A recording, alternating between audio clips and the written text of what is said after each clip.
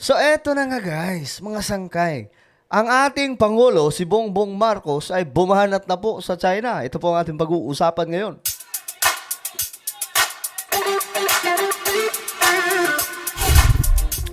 What's up mga sangkay? Magandang oras po sa inyong lahat. Muli po tayong nagbabalik dito sa ating channel. No? At ayun nga mga sangkay, bago tayo magsimula, pakisubscribe po muna yung ating YouTube channel. Sa mga nanonood po dito sa YouTube, makikita nyo po yung subscribe button sa ibaba. Pindutin nyo lamang po yan, tapos i-click nyo yung bell at i-click nyo po yung all. At kung kayo naman po ay nanonood sa Facebook, no, wag nyo kalilimutan na i-follow ang ating Facebook page. Eto mga sangkay, may ipapagawa lamang po ako sa mga nanonood po sa Facebook. Okay, sundin nyo lamang po ito. Habang kayo ay nanonood mga sangkay, may makikita po kayong tatlong tuldok bandang itaas. Okay? Gawin nyo ng actual ito. Tatlong tuldok bandang itaas. Ang gawin nyo, pindutin nyo po yung tatlong tuldok. Taas ng video. Then may lalabas na show more. I hope na nasusundan ng lahat. Then pindutin nyo po yung plus or show more.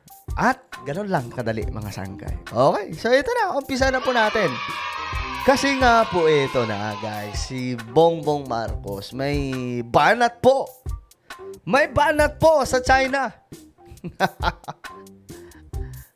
Ito mga sanggay, panoorin po natin.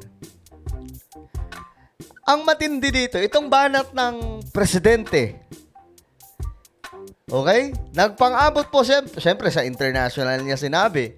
Ibinalita na rin po ng marami sa mga balitaan international guys. Itong sinabi ng presidente ng Pilipinas.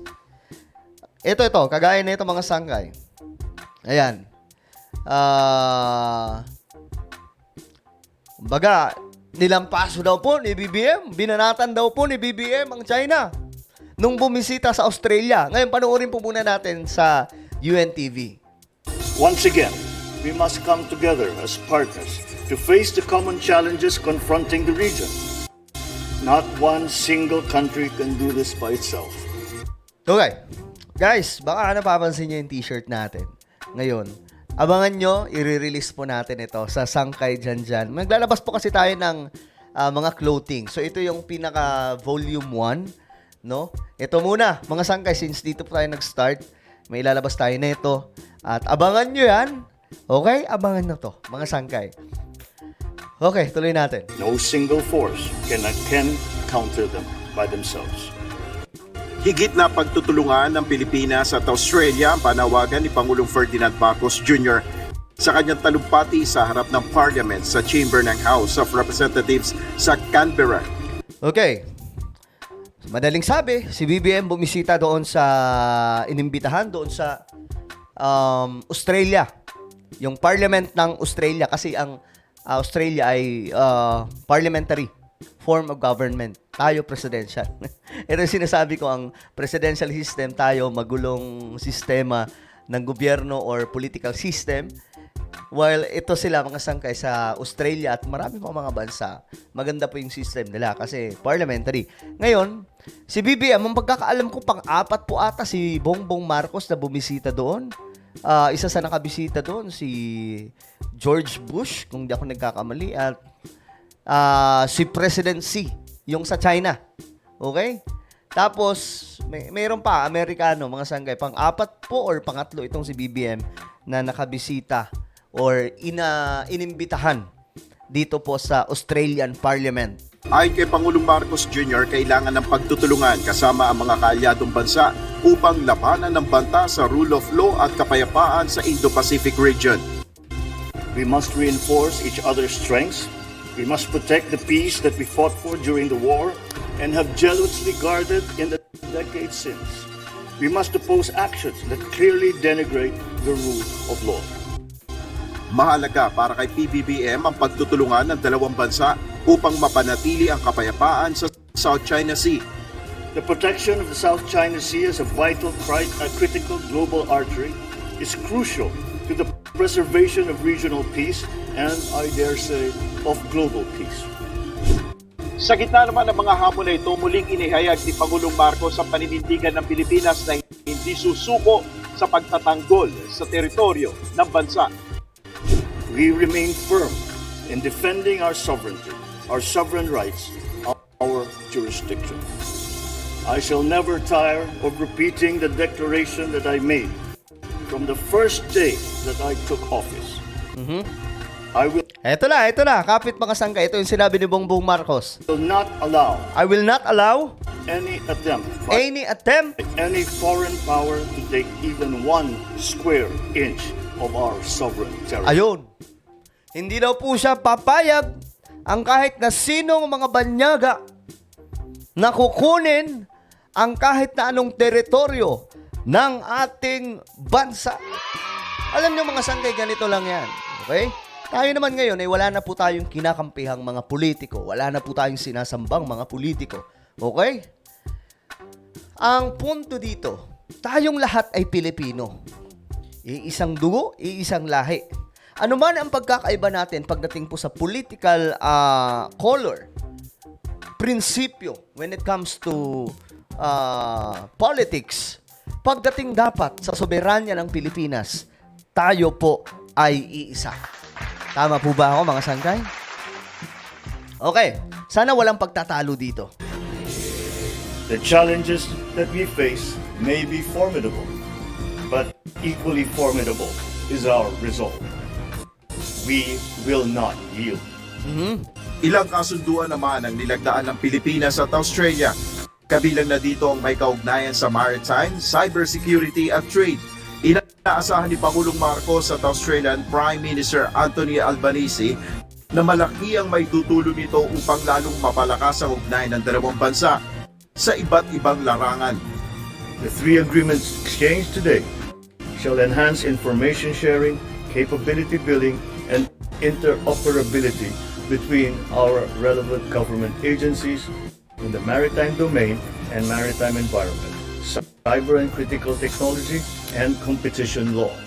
We'll collaborate even more closely to promote our shared vision for the region, including in civil maritime security, marine environment protection, maritime domain awareness, and promoting respect for international law.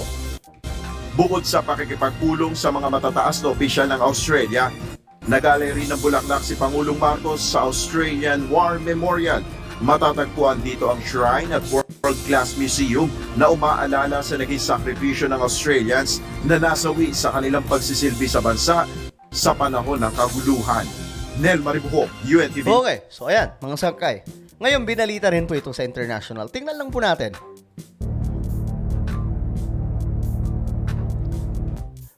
Philippine vows to defend Manila's sovereignty.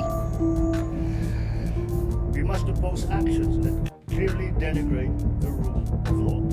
Unity of our rules-based order, our region would not have emerged as a driver in defending our sovereignty, our sovereign rights, our jurisdiction.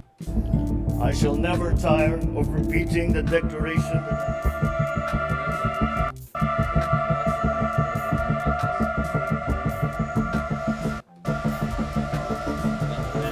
Alam niyo mga sangkay, ano to ha? Makasaysayan kasi kung hindi ako nagkakamali, pang-apat pa lang po na leader, top official ng isang bansa, si Bongbong Marcos na nakatungtong dyan sa Australian Parliament. Just as we fought to build our rules-based international order, so are we now fighting to protect it. The protection of the South China Sea as a vital, critical global artery is crucial to the preservation of regional peace and, I dare say, of global peace. We have an abiding interest in keeping our seas free and open and in ensuring unimpeded passage and freedom of navigation.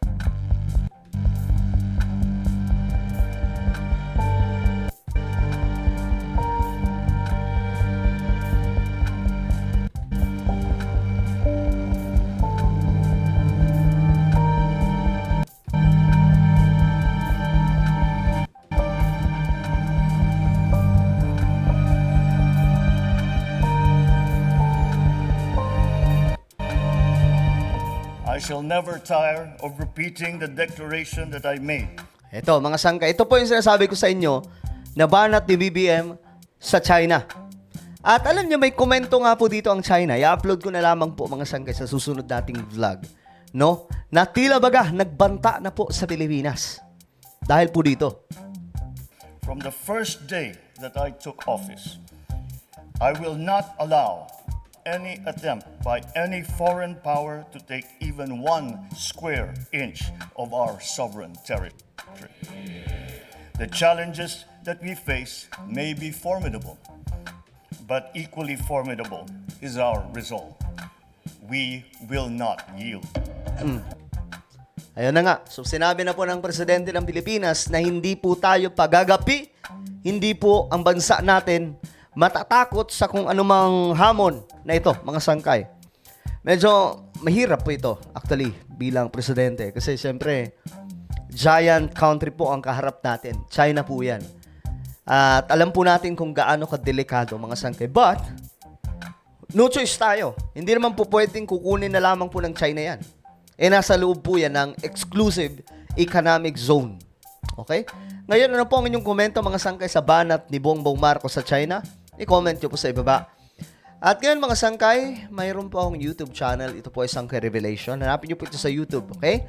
Nag-upload po ako dito ng mga storya patungkol po sa Biblia at mga prophetic events na nakasulat sa Bible na nangyayari na po ngayon, mga sangkay, gaya po ng climate change, mga digmaan at marami na pong iba. So, hanapin nyo na lamang po ito sa YouTube, then click the subscribe, click the bell, and click all.